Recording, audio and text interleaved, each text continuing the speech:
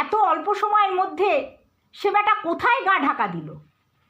ছোকরাগুলো পাড়াময় দাপিয়ে বেড়ায়, পচা ডোবার ধার থেকে শুরু করে ছোটোখাটো ঝোপঝাড় কিছু দেখতে বাকি রাখছে না, কিন্তু কোনো পাত্তাই নেই। এদিকে মাথায় অনেক জল ঢালাঢালির পর জ্ঞান ফিরল আশুবাবুর স্ত্রীর। সঙ্গে সঙ্গে তাকে ঘিরে শুরু হয়ে গেল হাজার রকমের প্রশ্ন। তিনি বললেন তিনি শেষ দেখেছেন চোরকে উঠোনের নারকেল গাছের গোড়ায়। ছোকরাদের ভ্রূর কুঞ্চন বিস্তৃত হলো। বেগতিক বুঝে নারকেল গাছে উঠে পড়াটা মোটেই অসম্ভব নয়। মনে হওয়া মাত্রই পায়ে পায়ে অনেকেই গিয়ে জড়ো হলো গাছটার নিচে। উত্তেজনাটা আবার মাথাছাড়া দিয়ে উঠল সকলের মধ্যে। কেউ বললে ওপরে উঠে গেলে হয় না, বেটাকে কান ধরে হিড়ির করে নামিয়ে আনা যায়। আশেপাশের ছাদ থেকে টর্চের আলো পড়ল নারকেল গাছের মাথায়। হ্যাঁ, ওই তো বসে আছে। বঙ্কিম কোথা গেলি? বঙ্কিম, বঙ্কা। বঙ্কা পাশেই ছিল, এগিয়ে গেল। তুই তো গাছে উঠতে পারিস, উঠে যা না, আমরা তো আছি।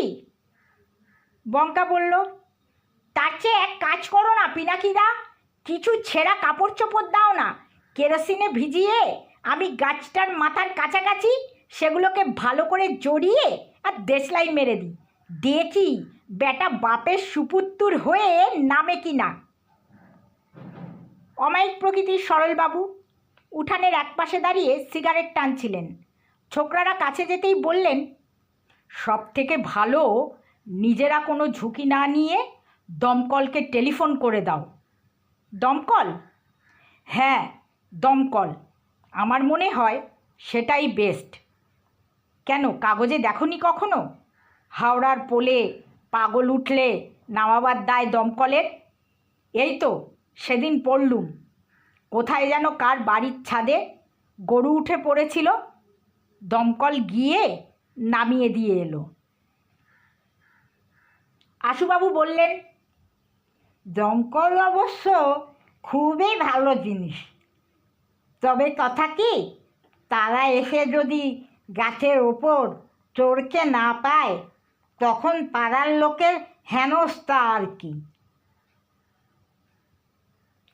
সবার আগে আমাদের কনফার্ম হয়ে নেওয়া উচিত বেটা ওপরে আছে কি না। আবার ডাক পড়ল বঙ্কার,